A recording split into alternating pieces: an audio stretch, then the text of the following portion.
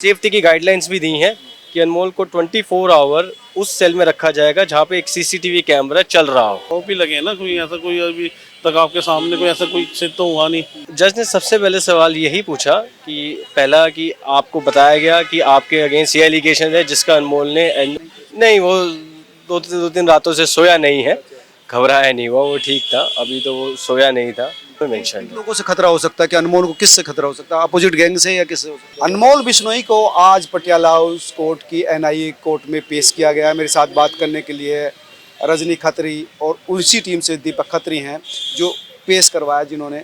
दीपक जी, आपकी बहुत देर आज अनमोल से बात भी हुई है, बड़े केस उस पर हैं और एनआईए बड़ी अचीवमेंट भी मान रहा है।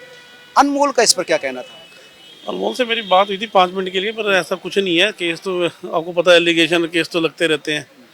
उसने तो डिनाई किया कि ऐसा कोई मेरा लेना देना नहीं है, मना ही किया उसने हमारे को। बाबा सिद्दीकी मामला हो या फिर सलमान खान हो या कई ऐसे मामले हैं जो हाई प्रोफाइल हैं, तो उसमें इन्वॉल्वमेंट एनआईए कह रहे नाम तो उसका हर केस में आया था बिश्नोई की वजह से कि भाई लॉरेंस बिश्नोई का ब्रदर है, तो हर केस में उसका नाम आ जाता है। इसमें कोई बड़ी बात नहीं है। तो एलिगेशन है, एलिगेशन तो चलते रहते लगते रहते हैं। आपने पूछा होगा तो फिर एनआईए क्यों लाया उसको? अगर वो नाम ही आ जाता है, उसका काम नहीं है, अनाम है, तो फिर लाया क्यों एनआईए इसको? ये तो है नहीं, ये बताएगी ना कि क्यों लेके आए हैं।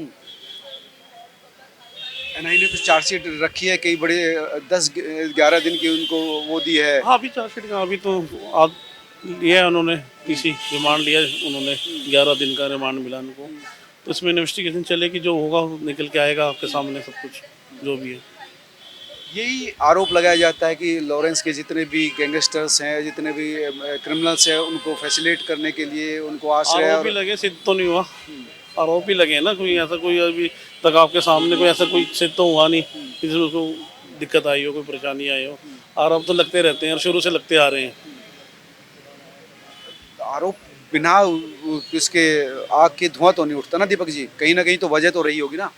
ये तो अब देखो जी, ये तो एक जुडिशरी पार्ट है। ये तो जिला न्यायालय जो उच्च न्यायालय है, वो जो भी है वो तो उनके ऊपर डिपेंड करता है ना, कोर्ट देखेगी इसका। आप भी टीम में थे तो आपकी भी बात हुई होगी लॉरेंस बिश्नोई के भाई जो है अनमोल से, तो उनका क्या कहना था? ये जो बड़े आरोप है तो जी, अभी इस बारे में तो उनसे बात नहीं हुई थी मेरी। अभी तो सबसे पहले जो हमारा कंसर्न था वो अनमोल की सेफ्टी को लेकर है कि वो सेफ आया, वो ठीक ठाक से आया नहीं आया। कस्टडी में जब वो आया तो एनआईए टीम ने उस पर किसी चीज़ का दबाव तो नहीं डाला, बट कोर्ट में जज साहब ने भी उससे कुछ सवाल जवाब पूछे जिसका अनमोल ने बिल्कुल साउंडली तरीके से जवाब दिया।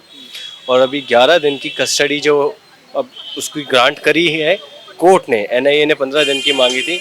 अब 11 दिन अनमोल से इन्वेस्टिगेशन होगी और ये 29 तारीख को ही पता चलेगा कि एनआईए की फर्दर इन्वेस्टिगेशन अब किस डायरेक्शन में जा रही है और वो कैसे अपने केस को प्रूव करेगी। आज की कार्रवाई से सेटिस्फाई हैं आप? जी, हम बिल्कुल सेटिस्फाई हैं। जो हमने प्रे करी थी, देखा हमारा मेन कंसर्न सिर्फ और सिर्फ अनमोल की सेफ्टी को लेके था।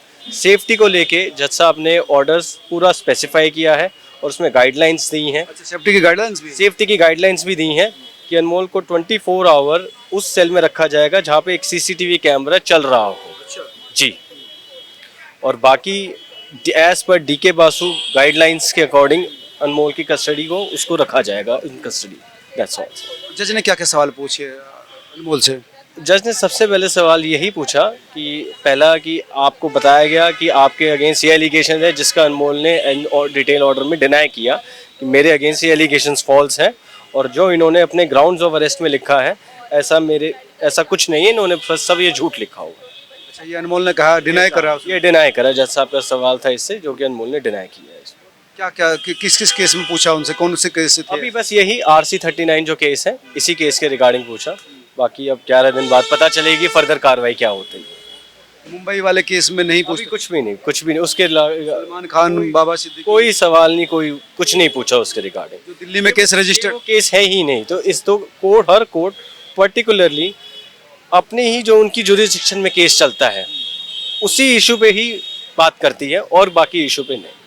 तो जैसे आप कह रहे थे, तो क्या अनमोल ने किस तरह से घबराया हुआ होगा? मुझे लगता है नहीं, वो दो तीन रातों से सोया नहीं है, घबराया नहीं हुआ, वो ठीक था, अभी तो वो सोया नहीं था। क्योंकि पूरी प्रोसेस बड़ी लेंदी प्रोसेस है और उसका मेडिकल एग्जामिनेशन भी हुआ और अभी भी कोर्ट ने ये डायरेक्ट किया है कि एनआईए ऑफिस में उसका मेडिकल एग्जामिनेशन हो by the government certified doctors. जी सुरक्षा को लेकर आज काफ़ी चाक चौबंदी कल जो है के मुकाबले भी, तो सुरक्षा तो मुझे लगता है पुलिस खुद इसको लेकर अलर्ट है। जी देखिए एजेंसी कैसे लेके अलर्ट है कैसे नहीं, बट अभी तो जो प्रॉपर गाइडलाइंस कोर्ट ने फ्रेम करी है ऑर्डर में, I will share that order also, तो उसमें पूरी गाइडलाइंस इसमें मेंशन है। लोगों से खतरा हो सकता है कि अनमोल को किससे खतरा हो सकता है, अपोजिट गैंग से या किससे हो सकता जी किसी से भी, राइवल गैंग से हो सकता है, बिकॉज एनआईए इसको प्रोसीड कर रही है and NIA is the top agency, that's all. है? आपको विश्वास है कि ठीक रहेगा? देखते हैं जी 24 घंटे सर्विलांस के 29 तारीख को ही पता चलेगा वो तो। हाँ जी 29। ये थे अनमोल बिश्नोई के वकील, जिनका कहना था कि हमारी जो ज़्यादातर डिमांड थी कि उसकी सुरक्षा को लेकर वो कोर्ट ने स्वीकार की, लेकिन जिस केस में उसके इन्वॉल्वमेंट के बारे में पूछा गया तो अनमोल ने मना कर दिया। आप तमाम लोग क्या सोचते हैं जरूर बताएं। ये मेरी एक्सक्लूसिव रिपोर्ट है। धन्यवाद, नमस्कार।